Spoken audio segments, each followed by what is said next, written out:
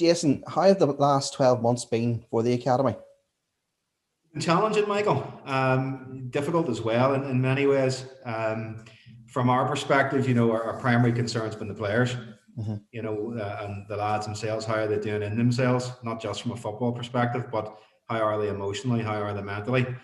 So that's always a concern. From our perspective, I suppose we've been doing what we can in terms of trying to keep them as engaged as possible with their football. And trying to look after them in that way. From a committee point of view, we also want to ensure that our coaches are okay. I think that's important as well. That, the academy and the club consists of lots of different elements. There's the players, but there's also the people within it. Mm-hmm. So we're also keep a close eye on each other in many respects. We're very lucky in that we're a fairly tight bunch. We get on quite well. Yeah. We consider ourselves to sort of be one big family. So I think we've looked after each other. We always ask, how are we doing? What can we do? Try and pick up on little triggers maybe here or there that maybe we might see. And some of us have seen those things over the last year in certain people, so we like to think that we're trying our very best to look after everyone associated with the academy. One big Glenavon family, I suppose. Yeah. Yeah. From an organisational point of view, I'm sure it's been a tough year. That whole mental side of things aside, if you like. Look, it's been challenging enough, but I mean, you might be surprised in that, certainly from my perspective, from an organisational point of view, it hasn't been that bad. We're very lucky as an academy to have a really strong committee and a really strong group of coaches around us. And I think over many years now, we've many different people before me and have worked really hard and putting in place really good processes and really good structures throughout the academy. And I think those processes and structures have really kicked in during the pandemic. We don't have this huge, big academy that's run by a very small entity at the top. It's very much broken down into different areas and different, different structures. So we have many different people looking after smaller parts of the academy. And that's made it much easier to manage things, to look after people, to check on people. So from my perspective, from an organizational perspective, it hasn't been terribly difficult. And that's a great credit to the people that we have around us and people that are involved in the academy. Yeah. Well, obviously we're talking about the campaign to get kids back into sport. I mean, yes. From your point of view, can you tell us why you would back that? Well, ultimately, I think what we have to say is that kids, for their own mental and physical well-being, need engagement. They need activity. And from our point of view, outdoor sport, we all know that we're in the midst of a pandemic and nobody's trying to play that down in any way, shape or form. We know we all have to do our bit, and I don't think anybody complains about that. However, there is no evidence, as far as I'm aware, of there being any issues in relation to spread of the virus from playing outdoor sport, in particular football. Indeed, Patrick Vallance, the chief scientific advisor, when he was asked prior to Christmas at one of the science select committees, what evidence was he aware of that football contributed to the spread of the virus, and he said that he wasn't aware of any whatsoever, absolutely none. And he was then asked, well, why have you recommended that outdoor sports be banned? And he said that he hadn't recommended that they be banned. He simply presents scientific evidence to government, and politicians make that decision. So the scientific evidence that football causes a spread isn't there. I mean, I think we all ultimately know that. And what we're calling for, and what we've been calling for many months now, Michael, is a COVID secure return to outdoor sport. No one's asking that we just be allowed to go back and we just run around and do whatever we want. It's a COVID secure, risk assessed, fully audited process. We have a full risk assessment, as I'm sure many clubs do. We feel we operate in a COVID secure environment, and we would invite that to be audited on a regular basis by government, by the executive, by the council. So that's ultimately what we're asking for. And we believe that that's something that should be happening. We think in every other jurisdiction in the UK, it's either already happened or it's about to happen. But for whatever reason, we seem to be left behind. Our children seem to be left behind. And I just, we're getting to the point now where we think that needs to be very, very seriously looked at. There is no evidence out there that there's a spread. If there are mitigations that we need to put in place, then tell us what they are. Mm-hmm. Let us know what they are, and we'll do that. Predominantly, we want our politicians and our organising bodies to engage with us, which we don't really think that they've been doing over the course of the last year. Yeah. I suppose one of the big reasons as well you'd want to have kids out and play, I think you touched on it earlier on as well, is the mental health aspect of it. And I mean, the academy would have a lot of teenage boys, so difficult days at the best of times. How is this impacting on them from your own experience? Well, look, from my perspective, I've got 3 teenagers at home myself. So I can see it from all angles. I'm very conscious that a number of members of our committee have been contacted by concerned parents over the course of the last year. Mm-hmm. And those parents have spoken to them, including myself. I've spoken to a couple of people as well. And they are concerned about their child's mental well-being. For a lot of these lads, football, it plays a very, very significant role in their lives. We also have to appreciate that from Glenavon's perspective, as the age groups get older, these lads see football as a potential future for themselves. They want to play at a very high level, whether it's in Northern Ireland or beyond.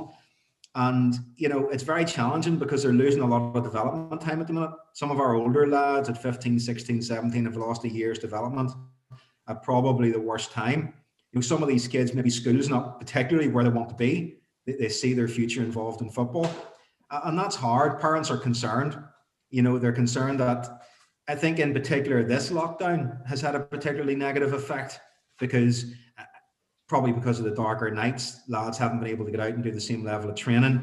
They're not seeing each other. They're not maybe as physically active. So it is a real concern going forward. It's something that, we talk about on a regular basis within the committee. And we, as I said earlier, we do try and look for triggers and things that we think aren't right when parents or when coaches are engaging with lads remotely. So we do try and pick up on things like that, but it is a worry. Parents have expressed a concern to us, and look, we just really need to get these guys back playing football very, very soon. Yeah, well, I mean, again, you were talking there about the generation of kids that maybe losing a year of their development. I mean, is there a danger as well that with kids being cooped up in the house all the time, you could lose players, through sitting in front of computer screens all the time, that they might just lose interest in football? Well, it's a real risk because what we've done over the last year, we as a committee have implemented our Glenavon portal, our online portal, where we engage with all of our year groups through Google Classroom and through many different Zoom sessions, whether it's with former players, present players, whether it's getting people in to discuss mental health, which we've done, coaching. And one of the things we've noticed in the last few months during this lockdown is that the engagement in some of our groups has dropped off. So during the last lockdown, you would have seen all the names on the screen of all the boys that were there. And it's noticeable now that a lot of those names in certain groups aren't there anymore. So we actually can see that drop off. And it's something that we're looking to try and do something with at the minute through coaches reaching out to players who then now realise aren't engaging anymore through what we do. Mm-hmm. So there is a real risk, particularly with the younger lads. An awful lot of these young boys at 7, 8 and 9, Michael, have just started playing football, and they might think, do you know what?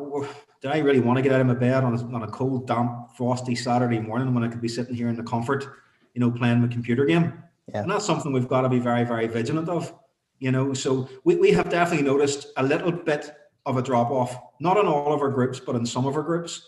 And as a group of coaches, we will be, and we're in the process of making contact with parents of those lads just to ask, is everything okay? Is there anything else that we can do to help? What can we do to get this kid back on board? Yeah. So yes, it's a real danger. It's a real danger, and it's something we're currently very concerned about. Yeah. Obviously, as we said, this campaign's up and running now. I think there's a legal challenge starting or at some stage over this week. Gary Hamilton and Kyle Neal put their name to a letter, um, or I think it was in February, regarding the issue.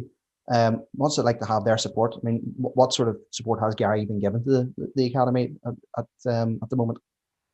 Well, look, it's fantastic to have the support, and you know we're very fortunate at Glenavon Academy to have the support of the first team manager and the staff at all times. In relation to the pandemic, look, Gary's very actively involved in everything that we do. You know, from the committee down to the coaches, and whether it's you know arranging for players to take part in remote sessions with the lads, both past and present players. You know, whether it's Mark Sykes or um, Sammy Klingon, whoever it has been. You know, Gary's also we're very lucky that Gary's able to reach out to former colleagues from across the water, and get some of those guys on board for sessions with lads as well. And from the point of view of supporting the coaches, you know, Gary's always available to us. He always stresses that he's available to us. We all have a big WhatsApp group, and you know, Gary's in that group. You know, so every week Gary's in conversation with all of our coaches. We all know that we can contact them. I mean, over the last couple of weeks, Gary and I speak probably on a weekly basis now. We have done for quite a while. You know, we've had some really lengthy conversations over the last couple of weeks about the club, the academy, our structures, our processes. You know, so it's fantastic to have somebody who is really heavily engaged with the academy, because look, we're all traveling in the same direction here. You know, we all want the best for everybody within the club and the academy. And as I said, it's one of the things that I think sets us apart from some other academies, is that access to the first team manager and that willingness from the first team manager, you know, to engage with us all. You know, so long may that continue. Yeah, yeah. Well, finally, then, Jason, you know, if there is anybody listening, you know, who has any influence on this sort of matter, you know, what would you say to them? Very simple, Michael. Allow us back. Allow us back in a COVID secure, risk assessed, fully audited way. We're not asking to come back, you know, without any mitigations. We totally understand that there need to be some, but let us come back. Tell us what mitigations we need to put in place. We know from Sir Patrick Vallance, the Chief Scientific Advisor, that there's no evidence of virus spread on the football pitch. So therefore, there must be evidence somewhere of virus spread in and around the pitch. So tell us what it is. Let us work with you. Let engage with us. Let's find a way to mitigate that spread. And as I said, let us do it in a COVID secure, audited, risk assessed environment, and judge us on that, because we're well up for the challenge and well up to the challenge, and it's time now to get these kids back playing football and get them back to outdoor sport and get them back to school as well. You know, we need to let these children be children again. I think they've lost enough of their young lives. So, you know, we need to move forward on this, and we need to do it swiftly.